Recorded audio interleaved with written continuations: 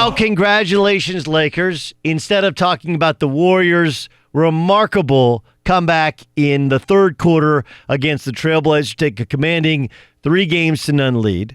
Instead of talking about Toronto's resilience and finding a way to beat the Bucks to get on the board and now trail 2-1 in their best-of-7 Eastern Conference Finals, instead of caring about the actual games or even caring about Frank Vogel, the guy who was hired today, instead we're talking about the Lakers.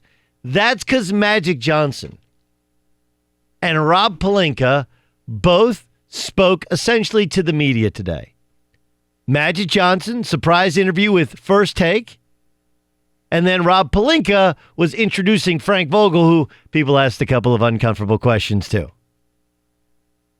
If you missed the blow-by-blow, here's Magic Johnson on why he chose to leave the Lakers. People around the Laker office was telling me Rob was saying things. And Rob Pelinka, and I didn't like those things being said behind my back, that I wasn't in the office enough and so on and on. So I started getting calls from my friends outside of basketball saying those things now were said to them outside of basketball. Now, not just in the Laker office anymore. Now it's in the media and so on. And these are people you trust. Exactly.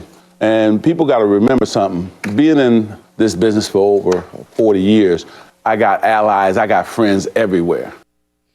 This is Rob Pelinka's response to the betrayal remarks. I think the most important thing for me is the 2 years of getting to work side by side with Irvin are some of the greatest memories I have in sports and work. He's an unbelievable person to work with. He fills the room with joy and vision. And truly, it's saddening and disheartening to think he believes things are a misperception. Here's Magic on how the Lakers and Jeannie Buss made decisions. It's too many people at the table. Mm-hmm. And so what happens, everybody gets to share their opinion, and it's so much information coming at her that then when I say, hey, we have to do this, she can't make a decision because they said, no, don't go the way Magic go, you should go left. Other people already got right. to her Exactly. in the back of her mind, yeah. So her love for those people and respect for those people often caused us to not make the right choice, or there's no decision, Max. And so I said, listen, you can't run a corporation like this. You can't have everybody think that they can have a voice. Here's Rob Pelinka on how they'll go forward without Magic. Jeannie's vision for the front office is a couple years ago, she created a position that didn't exist prior to Irvin coming on board, a president of basketball operations. And she is going to eliminate that position because it was created entirely for Magic. No one can really replace what he does. So that would be that. You want my summation? Everything you heard is everything you think you heard. Magic didn't really show up at work. Told him, I'm going to be in and out. I got a bunch of stuff going on. Pelinka probably talked a little ish on him and said, hey, that dude never at work, wants to make all the decisions, doesn't actually do the work, so he can back up why he makes those decisions.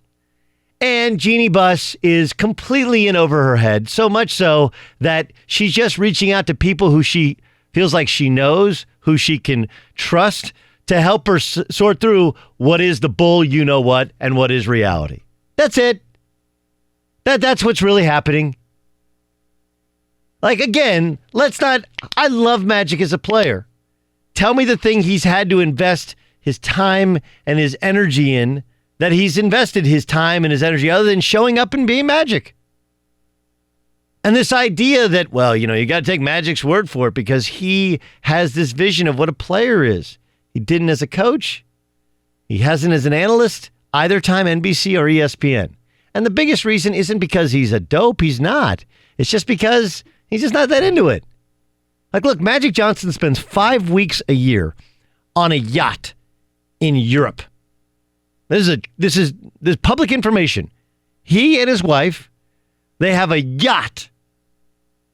And they travel around Europe and do everything you've ever dreamed of doing. And have dinner with everyone you've ever dreamed of having dinner with. Why? Because he's Magic Johnson.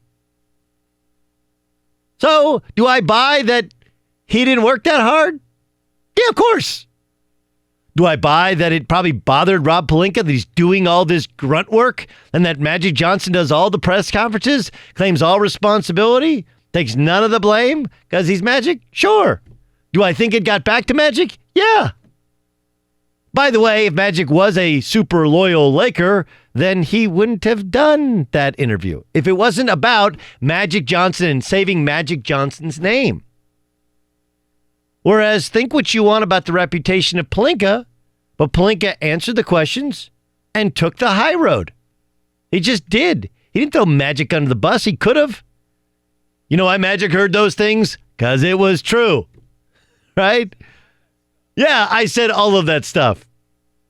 The best part about it is, the newest LA story is, well, you know, supposedly Magic was blind CC'd on some emails. And they're like, that's not actually true because Magic's not a big email guy. That pretty much sums it all up, right? You're a president of basketball operations and I'm not really an email guy. What's this whole computer?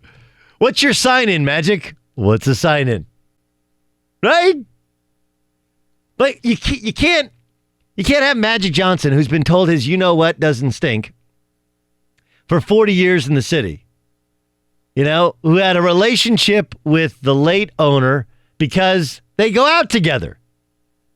That was the whole Jerry Buss thing. Jerry Buss was a playboy, and Magic Johnson was a playboy, and they used to go out together in L.A.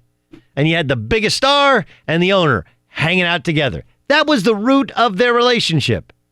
You can't go from that place to, hey, Magic, we really need you in for the 9 o'clock meeting every Monday morning. Magic Johnson. So I'd love to tell you that there's more at play here. That Pelinka's evil and Magic's great, or Magic's evil and Pelinka's great, or there's something like, not really. And this, by the way, is why you got to be very careful in hiring a Magic Johnson. Because it's not about hiring him.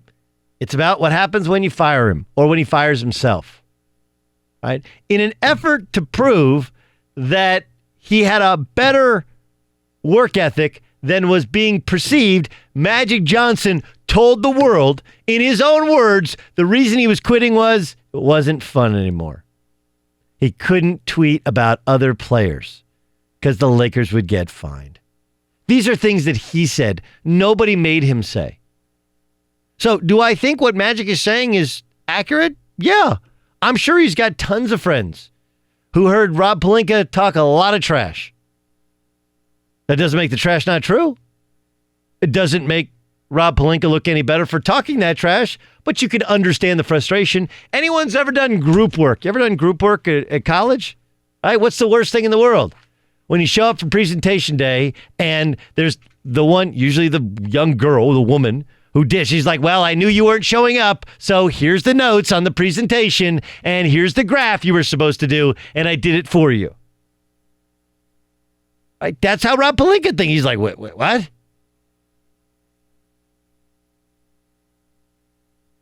So, you know, I mean, his defense for the Zubac trade, where they wanted to make a trade with the LA Clippers to get a stretch five, and the Clippers didn't even think Zubac was available because he's 21, making nothing his money, and he was a starter, a starting caliber player. His defense for giving away Zubac, who the Clippers didn't even ask for, was, well, you know, he didn't even play in the playoffs.